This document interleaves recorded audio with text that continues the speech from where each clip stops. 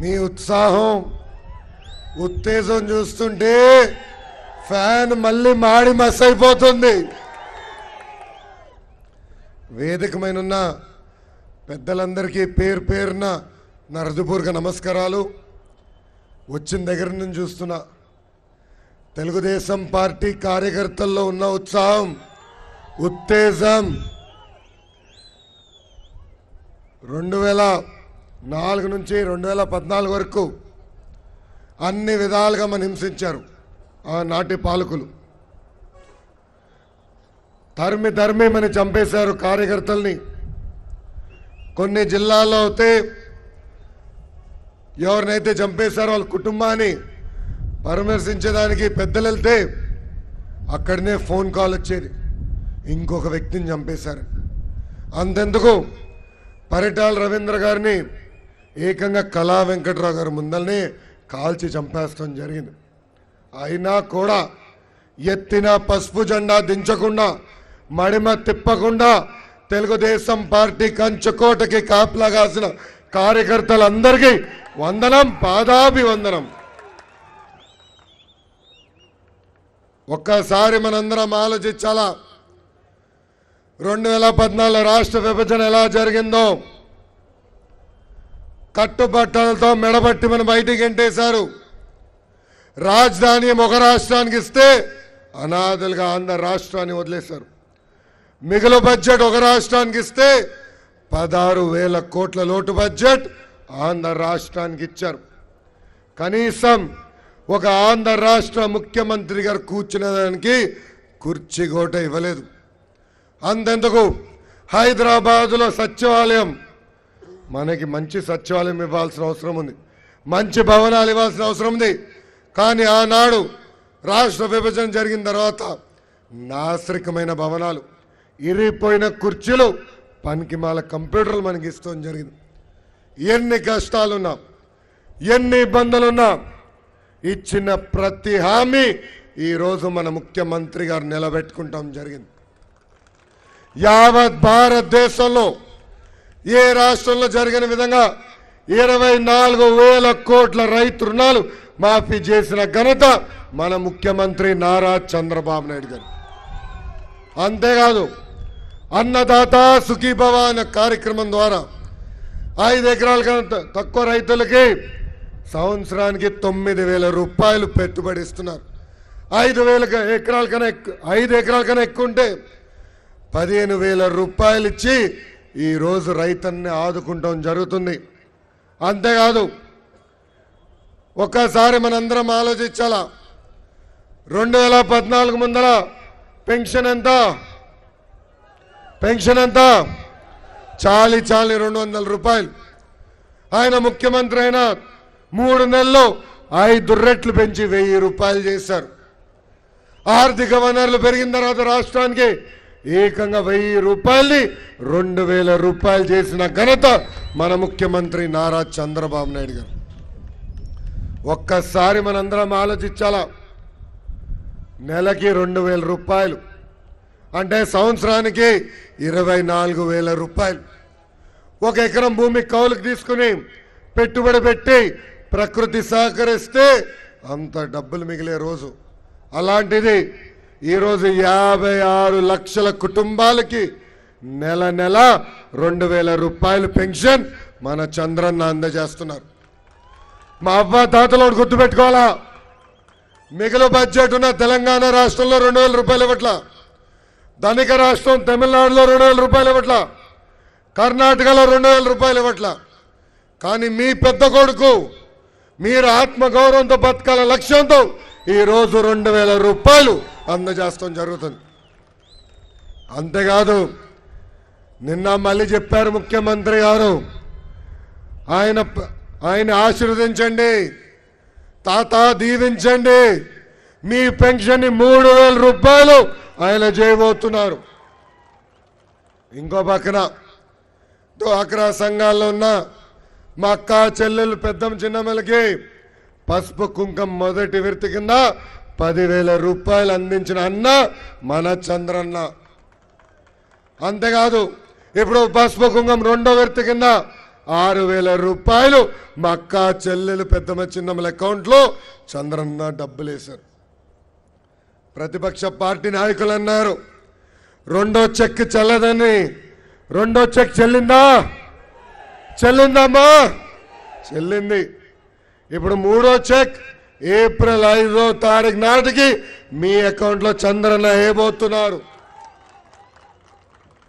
అమ్మా, తెలంగాణ రాష్ట్రంలో పసుపు కుంకుమ లేదు, కర్ణాటకలో లేదు, తమిళనాడులో లేదు. కానీ చంద్రన్న ఆలోచన ఒక్కటే, అక్క చెల్లెలు ఎక్కడున్నా హాయిగా ఉండాలా, సొంత కాలం మీద నిలబడాలా, ఆర్థిక స్వాతంత్రం రావాలన్న లక్ష్యంతో ఈరోజు పసుపు కుంకుమ కార్యక్రమం మీకు అందజేస్తాం జరుగుతుంది. చంద్రన్న బీమా కూడా ఇచ్చారు. ప్రమాదంలో చనిపోతే 5 లక్షల రూపాయలు, సహజ మరణం అయితే 2 లక్షల రూపాయలు ఇచ్చి ఈరోజు ఆదుకుంటున్నారు. చంద్రన్న పెళ్లి కానుక, తల్లి బిడ్డ ఎక్స్ప్రెస్, సంక్రాంతి కానుక కూడా ఈరోజు చంద్రన్న మనకు అందజేస్తున్నారు. ఇవన్నీ 2014 ముందర ఉండేదా? లేదు. అలాంటిది బడ్జెట్ కొరత ఉన్న పేదోడు ఇబ్బంది పడకూడదన్న లక్ష్యంతో ఇలాంటి సంక్షేమ కార్యక్రమాలు ఈరోజు మన చంద్రన్న చేస్తున్నారు. ఇంకో పక్కన వాస్తవంగా బీసీ సోదరులకి నిజమైన స్వాతంత్రం వచ్చింది 1982లో. అన్న విశ్వవిఖ్యాత నట సార్వభౌమ స్వర్గశ్రీ నందమూరి తారక రామారావు గారు తెలుగుదేశం పార్టీని స్థాపించిన తర్వాతనే బీసీ సోదరులకి స్వాతంత్రం వచ్చింది. రాజకీయంగా స్వాతంత్రం ఇచ్చారు, ఆర్థికంగా మిమ్మల్ని బలోపేతం చేశారు. ఈరోజు మన ముఖ్యమంత్రి నారా చంద్రబాబు నాయుడు గారు 24 కార్పొరేషన్లు ఏర్పాటు చేసి ఇంకా బీసీ సోదరులు పేదరికం లేని విధంగా వాళ్ళని ఆదుకో లక్ష్యంతో ఈరోజు మనం ముందరికెళ్తున్నాం. ఇన్ని కార్పొరేషన్లు ఏ రాష్ట్రంలో లేదు, ధనిక రాష్ట్రంలో లేదు, కేవలం ఒక ఆంధ్ర రాష్ట్రంలోనే ఉంది. అంతెందుకు దాదాపు 27 ఉపకులాల్ని తెలంగాణ రాష్ట్రంలో బీసీల నుంచి తొలగించారు. వాళ్ళందరూ ఆంధ్రలో కావాలని ఇబ్బంది పెట్టాలని అక్కడ తొలగిస్తాం జరిగింది. అయినా ఎవరు అధైర్యపడాల్సిన అవసరంలా, మనకి మన చంద్రన్న ఉన్నారు, చేనేత సోదరులు కూడా ఉన్నారు. వాళ్ళకి ఏకంగా 111 కోట్ల రూపాయలు ఖర్చు పెట్టి రుణమాఫీ చేసిన ఘనత కూడా మన ముఖ్యమంత్రి నారా చంద్రబాబు నాయుడు గారు. 80,000 చేనేత సోదరులకి 55 సంవత్సరాలకే ఈరోజు నెలలా పెన్షన్ చంద్రన్న అందజేస్తున్నారు. ఇట్లా చెప్పుకుంటా పోతే దాదాపు 120 సంక్షేమ కార్యక్రమాలు మన చంద్రన్న మన కోసం చేశారు. సంక్షేమే కాదు, అభివృద్ధి కూడా పెద్ద ఎత్తున మనం చేసుకుంటున్నాం. ఎవరు ఊహించిన విధంగా మన గ్రామాల్లో సీసీ రోడ్లు వేసుకున్నాం. అడగంది పాపంలాగా ఈరోజు పెద్ద ఎత్తున సీసీ రోడ్లు వేసాం. నేను కూడా మొన్న ఢిల్లీలో ఒక కేంద్ర మంత్రి గారిని ఎయిర్పోర్ట్లో కలిస్తే అడిగారు, ఏం చేస్తున్నారు మీరు పంచాయతీరాజ్ గ్రామీణాభివృద్ధి శాఖ మంత్రి కానీ? అప్పుడు ఆయన చెప్పా, సార్ ఎక్కడ జరగని విధంగా 25,000 కిలోమీటర్లు సీసీ రోడ్ వేసానని. అప్పుడు ఆయన తిప్పి నన్ను ఒక మాట అడిగాడు, 25,000 మీటర్లా అని. 25,000 మీటర్లా అని. ఆయన ఆశ్చర్యపోయారు. ఆయన రాష్ట్రంలో 10 కిలోమీటర్లు సీసీ రోడ్ వేయలేదు, మీరు ఎట్లా వేస్తున్నారని. అప్పుడు ఆయన చెప్పా, దానికి కారణం ఒకటే, మన చంద్రన్న. పంచాయతీ భవనాలు కట్టాం, అంగన్వాడీ భవనాలు కట్టాం, వ్యక్తిగత మరుగుదొడ్లు కట్టాం. ఇవన్నీ పెద్ద ఎత్తున చేస్తాం జరిగింది. ఇంతేకాకుండా ఇంకా చేయాల్సిన అవసరం ఉంది. మన నియోజకవర్గంకి వచ్చేగల శాశ్వతంగా తాగునీటి సమస్య పరిష్కరించడానికి జలధార కార్యక్రమం నేను ప్రవేశపెట్టా. రాబోయే 2 సంవత్సరాలు ప్రతి పేదోడింటికి ఉచితంగా నీటి కుళా ఇవ్వబోతున్నామని ఈ సభాముఖంగా నేను హామీ ఇస్తున్నా. అంతేకాదు, పొందూరు గ్రామంలో మనకి భూగర్భ డ్రైనేజ్ చాలా అవసరం ఉంది. ఇప్పటికీ నేను శాంక్షన్ చేశాను. ఇంకొకసారి గెలిపించండి, 6 నెలల్లోనే భూగర్భ డ్రైనేజ్ వేయించే బాధ్యత నేను వ్యక్తిగతంగా తీసుకుంటాను. మన నియోజకవర్గంలో డిగ్రీ కళాశాల కూడా మొన్నే మనం కేటాయించాం. ఇప్పుడే కోన రవి అన్న చెప్పినట్లు ఆసుపత్రి కూడా కావాలి, 100 పడకల ఆసుపత్రి కావాలి. అది కూడా నేను ముఖ్యమంత్రి గారి దృష్టికి తీసుకెళ్తాను. తప్పనిసరిగా వచ్చే 5 సంవత్సరాల్లో కూడా ఇది అమలు చేస్తాం. ఐటీఐ కళాశాల కూడా ఏర్పాటు చేయాలని కోరారు. ఆ కార్యక్రమం కూడా మేము చేయబడతామని సభాముఖంగా నేను హామీ ఇస్తున్నా. అంతేకాదు కొన్ని ప్రాంతాలకు ఇంకా సాగునీరు అందించాల్సిన అవసరం ఉంది. చిన్న లిఫ్ట్ ఇరిగేషన్ ప్రాజెక్టులు పెడితే మన నియోజకవర్గంలో ఉన్న ప్రతి ఎకరం సాగు కింద తీసుకురావచ్చు. కేవలం ఇంకొక 15-20 కోట్ల రూపాయలు ఖర్చు పెడితే అన్ని పనులు పూర్తి చేసే అవకాశం ఉంటుంది. తప్పనిసరిగా గెలిచిన మొదటి సంవత్సరంలో ఈ కార్యక్రమం కూడా చేయబడతామని ఈ సభాముఖంగా మీకు హామీ ఇస్తున్నా. తెలుగుదేశం పార్టీ జోడెద్దుల బండి, ఒక పక్కన సంక్షేమం, ఇంకో పక్కన అభివృద్ధి కలిసికట్టుగా ముందరికెళ్తున్నాం. అంతేకాకుండా పెద్ద ఎత్తున ఆంధ్ర రాష్ట్రానికి మేము పరిశ్రమలు తీసుకొచ్చాం. భారతదేశంలో ఏ రాష్ట్రంకి రాని విధంగా ఈరోజు ఆటోమోటివ్ సెక్టర్లో తీసుకుంటే కియా మోటార్ తీసుకొచ్చాం, ఇసుజు తీసుకొచ్చాం, మీరు వాడే సెల్ ఫోన్ తయారు చేసే కంపెనీలని తీసుకొచ్చాం, ఏషియన్ పెయింట్స్, హీరో మోటార్స్, ఇట్లా అనేక పరిశ్రమలు తీసుకొచ్చాం. కానీ సరిపోదు, ఇంకా తీసుకురావాల్సిన అవసరం ఉంది. ఎట్లయితే కియా మోటార్స్ అనంతపూర్ జిల్లాకి తీసుకొచ్చామో అదే రీతిలో ఒక పరిశ్రమని శ్రీకాకుళం జిల్లాకి తీసుకొచ్చి మన సిక్కోలకి ఇక్కడ ఉద్యోగాలు కల్పిస్తామని సభాముఖంగా హామీ ఇస్తున్నాం.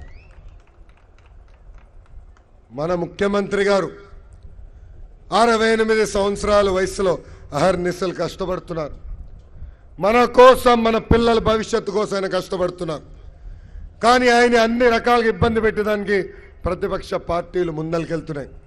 మీ అందరికి తెలుసు, ప్రత్యేక హోదా ఇవ్వాల్సిందే ప్రధానమంత్రి మోడీ గారు, కానీ ప్రత్యేక హోదా ఇవ్వండి ప్రధానమంత్రి నరేంద్ర మోడీ గారు. కానీ ఏనాడు జగన్మోహన్ రెడ్డి గారు మోడీ గారు వ్యతిరేకంగా ఒక్క మాట మాట్లాడలేదు. మీరే చూశారు, మన జిల్లాలో నడిచేటప్పుడు మోడీ గారు వ్యతిరేక ఒక్క మాట మాట్లాడారని అడుగుతున్నా. మాట్లాడా? లేదు. ఈరోజు చూస్తున్నాం, 4 సంవత్సరాలు మనం ఓపిక పట్టాం. మొదటి సంవత్సరంలో ప్రత్యేక హోదా ఇస్తా అన్నారు. 2వ సంవత్సరం వచ్చగల ఇతర రాష్ట్రాలు ఎన్నికలు జరుగుతున్నాయి, ఎన్నికల తర్వాత ఇస్తామన్నారు. ఇచ్చారా? ఇవ్వలేదు. 3వ సంవత్సరం వచ్చగల ఇతర రాష్ట్రాల్లో ఏ రాష్ట్రానికి ప్రత్యేక హోదా ఇవ్వట్లేదు, హోదా మించిన ప్యాకేజ్ ఇస్తా అన్నారు. ప్యాకేజ్ ఇచ్చారా? ఇవ్వలేదు. 4వ సంవత్సరం వచ్చగల ఇతర రాష్ట్రాలకి ప్రత్యేక హోదా ఇచ్చి మనకి వెన్నుపోటు పొడిచింది ప్రధానమంత్రి నరేంద్ర మోడీ గారు. ఈరోజు మనం చూస్తున్నాం, మన ఎంపీ రాము మోడీ గారికి అర్థమయ్యే హిందీలో ఉతికి ఆరేస్తాం జరిగింది. ఆంధ్ర రాష్ట్రానికి మోడీ గారు చేసిన అన్యాయం 28 రాష్ట్రాల నుంచి వచ్చిన ఎంపీలందరికీ తెలియపరిచారు. పార్లమెంట్లో మనం పోరాడాం. మొదటిసారి ఒక రాష్ట్ర ప్రయోజనాల కోసం అవిశ్వాస తీర్మానం పెట్టాం. కానీ తీర్మానం పెడితే వైకాపా ఎంపీలు ఎక్కడ కంపడలా, పారిపోయారు. మోడీ గారు ఎదురుగా నిలబడడానికి వాళ్ళకి వణుకొస్తుంది. ఎందుకంటే నిండా కేసుల్లో మునిగిన వ్యక్తులు ఈరోజు వైకాపా నాయకులు. మీరే చూస్తున్నారు, మోడీతో వాళ్ళు లాలుచిపడ్డారు. అంతేకాకుండా పక్క రాష్ట్రంలో ఉన్న కేసీఆర్ గారితో కూడా ఈరోజు లాలుచిపడుతున్నారు. మిమ్మల్ని అందరినీ అడుగుతున్నా, ఈరోజు టీఆర్ఎస్ పార్టీకి మన రాష్ట్రంలో ఒక్క ఓటు పడుతుందా? లేదు. కానీ అలాంటిది కేసీఆర్ గారు మనకు రిటర్న్ గిఫ్ట్ ఇస్తారంట. 1000 కోట్ల రూపాయలను పంపించారు వైకాపా నాయకుల కోసం. అంతేకాదు ప్రచార రథాలు కూడా పంపిస్తున్నారు. రంగు మార్చారు, కానీ సీట్ కవర్లు మటుకు అదే గులాబీ సీట్ కవర్. రాత్రి కొంచెం ఎక్కువైంది అనుకుంటా, మర్చిపోయారు సీట్ కవర్లు మార్చేదానికి. ఇంకో పక్కన అభ్యర్థులపైన కేసులు పెడుతున్నారు. తెలంగాణలో ఎవరికైతే ఆస్తులు ఉంటే ఆ ఆస్తులని జప్తు చేస్తామని బెదిరిస్తున్నారు.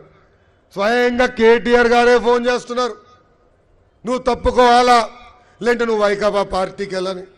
ఇది ఎప్పుడని చూసామా? తమిళనాడులో మన రాజకీయాల్లోకి వస్తారా? కర్ణాటకలో వస్తారా? కానీ ఎందుకు కేసీఆర్ గారు వస్తున్నారు? ఆయన 2 పనులు పెట్టుకున్నారు. పోలవరం ప్రాజెక్ట్ అయ్యేదానికి లేదు, ముప్పు మండలాలు రిటర్న్ తీసుకోవాలని ప్రయత్నిస్తున్నారు. అందుకే ఒక బలహీనమైన వ్యక్తిని తీసుకొచ్చి ముఖ్యమంత్రిగా పెడితే పనులు అయిపోతాయనే ఆలోచనతో ఆయన ఉన్నారు. అంతేకాదు మన పోర్ట్, మన బందర్ పోర్ట్ ఇప్పుడు తెలంగాణ రాష్ట్రం టేక్ ఓవర్ చేయాలన్న ఆలోచనలో ఉంది. ఇప్పటికీ కేంద్రంలో ఉన్న ప్రధానమంత్రి నరేంద్ర మోడీ గారికి ఉత్తరాలు రాశారు, మాకు పోర్టు కావాలా, ఆంధ్ర రాష్ట్రంలో ఉన్న పోర్టు మాకు ఇవ్వండి అని. ఇది ఎక్కడైనా చూసామా? ఒక రాష్ట్రం ఇంకో రాష్ట్రంకి వచ్చి పోర్టే కాజేయాలనుకుంటున్నారు. అందుకే ఈయన రిటర్న్ గిఫ్ట్ ఇచ్చడానికి ప్రయత్నిస్తున్నారు. పాపం జగన్మోహన్ రెడ్డి గారి దగ్గర ఏం లేదు, ఒక ఫ్యాన్ మిగిలింది. కానీ ఆ ఫ్యాన్ స్విచ్ ఏమో ఢిల్లీలో ఉంది. మోడీ గారు స్విచ్ చేస్తేనే కరెంట్ వచ్చే పరిస్థితి. కేసీఆర్ గారి చేతులేమో రెగ్యులేటర్ ఉంది. కేసీఆర్ గారు తిప్పితేనే ఫ్యాన్ స్పీడ్ పెరుగుతుంది, లేదంటే తిరిగే ప్రసక్తే లేదు. ఏం అన్యాయం అండి ఇది? అంటే ఆంధ్రుల ఆత్మ గౌరవాన్ని ఈరోజు తెలంగాణలో తాకట్టు పెట్టిన వ్యక్తి జగన్మోహన్ రెడ్డి గారు. ఇక్కడ ఉన్న వైకాపా కార్యకర్తలు అడుగుతున్నా, అయ్యా మీకు దమ్ము ధైర్యం ఉంటే మీరు అడగండి మీ నాయకుడిని, ఎందుకు కేటీఆర్తో కూర్చుని కాఫీలు టీలు తాగుతున్నారు? ఒక్కరోజు దొరికితే చాలు జగన్మోహన్ రెడ్డి గారు వాపస్ హైదరాబాద్కి వెళ్తాడు. ఆయన ఇంత అమరావతి కంపట్ల, ఆయన ఏదో మొన్న ఇల్లు కట్టారని చెప్పారు, గోప్రవేశం మనం చూసాం, కనీసం ఒక్క రాత్రి లేదు అక్కడ. డైరెక్ట్గా మళ్ళీ హైదరాబాద్కి వెళ్ళాడు. హైదరాబాద్ మీద అంత ప్రేమేమో తెలీదు.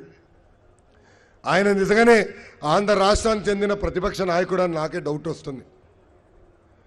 పెద్దలు చెప్పినట్లు శాసనసభకి 24 సార్లు వచ్చాడు ఆయన, కానీ కోర్టు చుట్టూ 240 సార్లు తిరిగిన వ్యక్తి జగన్మోహన్ రెడ్డి గారు. ఇక్కడున్నా మిమ్మల్ని అందరిని అడుగుతున్నా, మన ఇంట్లో స్కూటర్ ఉంటే చిన్నపిల్లలు తాళాలు ఇస్తామండి? ఇవ్వం.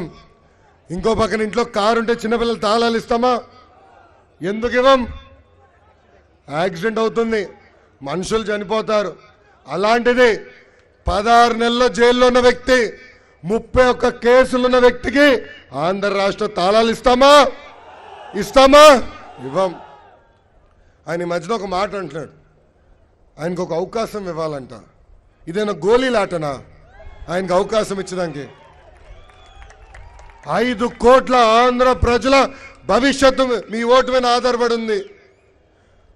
ఒక్కరోజు కూడా పరిపాలన అనుభవం లేని వ్యక్తి, ఆయన సొంత నియోజకవర్గం పులివెందుల కోసం కూడా ఏనాడు చంద్రబాబు నాయుడు గారిని ఒక రోడ్ అడిగిన వ్యక్తి, పరిపాలన అనుభవం లేదు. ఒక్కసారి మన ఆలోచించాలా, పొరపాటున అలాంటి వ్యక్తి ముఖ్యమంత్రి అవుతే మన పెన్షన్ ఆగిపోతుంది, అన్నదాత సుఖీభవ ఆగిపోతుంది, అన్ని సంక్షేమ కార్యక్రమాలు ఆగిపోతాయి. 40 సంవత్సరాల పరిపాలన అనుభవం ఉంది కనుకనే ఈరోజు పెద్ద ఎత్తున మనకి సంక్షేమం చంద్రన్న చేయగలుగుతున్నారు. పాపం వైకాపా పార్టీ చూస్తే నాకే జాలి వస్తుంది. అదొక అద్భుతమైన డ్రామా కంపెనీ కింద మారిపోయింది. మనమే చూస్తున్నాం, కొంతమంది ఆ పార్టీ పేరు కోడికత్తి పార్టీ అని కూడా మార్చేశారు. ఆ డ్రామా ఏంటో నాకు అర్థం అవదు. ఇంత చిన్న కత్తి, స్క్రిప్ట్ ఏమో ఢిల్లీలో రాస్తారు, గుచ్చిందేమో వైకాపా కార్యకర్త. అల్జడి సృష్టించడానికి ప్రయత్నిస్తే ప్రజలు ఎవరు స్పందించలా. 6 గంటల హాయిగా ఉన్నాడు ఆయన, అందరు నమస్కారం పెట్టారు, ముద్దులు పెట్టాడు. హైదరాబాద్కి వెళ్ళాడు. హైదరాబాద్కి వెళ్ళిన తర్వాత ఢిల్లీ నుంచి ఫోన్ వచ్చింది, లేదా ఇట్లా కాదు నువ్వు హాస్పిటల్కి వెళ్ళాలి. ఆ 7వ గంటలో ఆయన హాస్పిటల్లో ఉన్నాడండి. అంటే 7 గంటల తర్వాత హాస్పిటల్ అట్లా కనపడుతున్నాడు. ఎంత అన్యాయం అండి. ఆ డ్రామా చూసాం, ఫ్లాప్ అయింది. అప్పుడు 2వ డ్రామా తీసుకొచ్చాడు, మన పక్క జిల్లాలోనే విజయనగరం జిల్లా నుంచి డ్రామా. అది ఏం డ్రామా అంటే ఆవు అంబులెన్స్ డ్రామా. ఏం డ్రామా? ఆవు అంబులెన్స్. ఇట్లనే ఒక సభలో మాట్లాడుతూ ఆయన ఒక మాట అన్నాడు, 108 కొడితే అంబులెన్స్ రావట్లేదని. అప్పుడే గుయ్ గుయ్ గుయ్ అనే అంబులెన్స్ వచ్చింది. జగన్మోహన్ రెడ్డి గారు బాగా కాలింది. అప్పుడు డ్రైవర్ గారిని అడిగారు, అయ్యా నేను చంద్రబాబు నాయుడు పంపించాడా, తెలుగుదేశం పార్టీ పంపించింది కదా ఈ అంబులెన్స్ అని. పాపం డ్రైవర్ గారు అనుకున్నారు ఎందుకు ఈ గోల్ అని వెళ్ళిపోయాడు. తర్వాత రికార్డులు చూస్తే అక్కడ రాసింది స్పష్టంగా, వైకాపా కార్యకర్త ఆ సభకు వస్తూ యాక్సిడెంట్ అయింది, ఆ వ్యక్తిని హాస్పిటల్ తీసుకెళ్తుంది ఈ అంబులెన్స్ అని. పాపం అనుకున్నా. మళ్ళీ 3వ రోజు తర్వాత, కరెక్ట్ 3 రోజుల తర్వాత ఒక ఆవు వచ్చిందండి. ఏమొచ్చింది? ఆవు అట్లా వెళ్తుంది సభలో. ఆవుని పట్టుకుని ఆయన ఒక మాట అన్నాడు, ఇది చంద్రబాబు నాయుడు గారు ఆవు, తెలుగుదేశం పార్టీ పంపించింది ఆవు ఈ సభకు అంటాడు. అంటే ఆవు చూస్తే చంద్రబాబు నాయుడు గారు గుర్తొస్తారు, అంబులెన్స్ చూస్తే చంద్రబాబు నాయుడు గారు గుర్తొస్తారు. పాప ఆయనకి ఇప్పుడు ఆంధ్ర ప్రజలను చూస్తే చంద్రబాబు నాయుడు గారు తప్ప ఎవరు కంపట్ల. అందుకే ఆయన మైండ్ బ్లాక్ అయ్యి హైదరాబాద్కి వెళ్ళి హాయి పడుకుంటున్నాడు. ఈరోజు కూడా ప్రచారంకి రాలా. ప్రజల్లో చాలా ఆనందం కనపడుతుంది, ప్రజల ముఖాల్లో నవ్వులు కనపడుతున్నాయి. అందుకే ఆయనకు అర్థమైపోయింది సీన్ సితారం మనం ఎందుకురా ఉండాలని. ఈరోజు ఇక్కడ ఉన్న వాళ్ళందరూ ఒకటి కోరుతున్నా, చాలా కీలకమైన ఎన్నికలు. మన రాష్ట్ర భవిష్యత్తు, మన పిల్లల భవిష్యత్తు ఎన్నికలపైన ఆధారపడి ఉంటుంది. 6 నిమిషాలు మనం కష్టపడాలా, మనందరం ఆలోచించాలా. 16 నెలలు జైల్లో ఉన్న వ్యక్తి, 31 కేసు ఉన్న వ్యక్తి ఒక పక్కన ఉన్నారు, 40 సంవత్సరాలు పరిపాలన అనుభవం ఉన్న వ్యక్తి ఒక పక్కన ఉన్నారు, ఇచ్చిన మాట నిలబెట్టుకున్న వ్యక్తి ఒక పక్కన ఉన్నారు, మాయ మాటలు చెప్పే వ్యక్తి ఒక పక్కన ఉన్నారు, పసుపు కుంకుమ అందించే వ్యక్తి ఒక పక్కన ఉన్నారు, పసుపు కుంకాలు తీసే వ్యక్తి ఒక పక్కన ఉన్నారు. వీళ్ళిద్దరి మధ్యలోనే ఎన్నికల పోటీ. మీరందరూ జాగ్రత్త ఆలోచించాలా. మన పిల్లల భవిష్యత్తు మన ఓటు పైన ఆధారపడి ఉంది. అందుకే ఇక్కడ ఉన్న వాళ్ళందరూ ఒకటే కోరుతున్నా, వచ్చే ఎన్నికల్లో తెలుగుదేశం పార్టీని గెలిపించాలా, మనకున్న 2 ఓట్లు సైకిల్ కేసి గెలిపించాలి అని సభాముఖంగా మిమ్మల్ని అందరూ కోరుతున్నాం.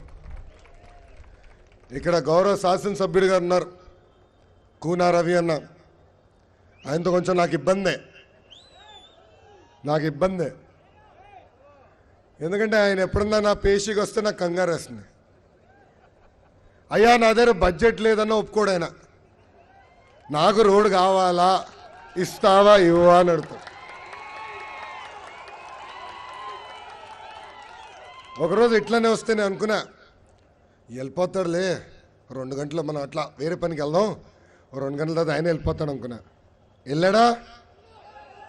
లేదు, అక్కడనే కూర్చున్నాడు. కాగితమైన ఏం రాయాలి కూడా ఆయన చెప్పాడు నాకు.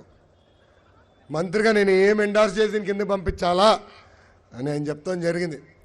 ఇలా కష్టపడే వ్యక్తి కావాలా, లేదంటే ఉత్తునే మాటలు చెప్పి తిరిగే వ్యక్తులు కావాలా అని ఒక్కసారి మీరు ఆలోచించాలి. ఇప్పుడే రాము చెప్పినట్లు రవణ్ని భారీ మెజార్టీతో గెలిపించి శాసనసభకు పంపించండి. అదే మన ఆయనకి ఇచ్చే గౌరవం. ఇంకో పక్కన ఎంపీ రాము ఉన్నాడు, మీరే చూస్తున్నారు. మన ప్రత్యేక హోదా గురించి, ప్రత్యేక హోదా కాకుండా విభజన చట్టంలో ఉన్న 18 హామీల గురించి ఆయన ప్రధానమంత్రి నరేంద్ర మోడీ గారిని నిలదీస్తున్నారు. ఇప్పుడు ఎవరో కొత్త ఎంపీ అంట, ఆయన ఎక్కడుంటాడో తెలీదు, ఎవరో తెలీదు, అసలు ఆయనకి హిందీ వచ్చా రాదో కూడా తెలియదు నాకు. హిందీ తెలియాలమ్మా, హిందీ తెలియకపోతే అక్కడ ఢిల్లీలో ఎవరు మన మాట వినరు. కానీ మన ఎంపీ రాము తెలుగు అద్భుతంగా మాట్లాడతాడు, ఇంగ్లీష్లో అవసరమైతే ఉత్కారేస్తాడు, అక్కడ మోడీ గారిని అయితే హిందీలో ఏకంగా ఏకిపడేస్తాడు. అందుకే నేను పార్లమెంట్కి వెళ్తే, నేను కూడా మొన్న ఢిల్లీకి వెళ్ళినప్పుడు పార్లమెంట్కి వెళ్ళాను రాముతో, అందరూ రాముని పలికిరిచ్చారు. నేనే ఆశ్చర్యపోయా. ఏకంగా స్పీకర్ గారు రాముని అడిగారు, ఈ రోజన్నా పార్లమెంట్ని జరగనిస్తావా స్వామి అని.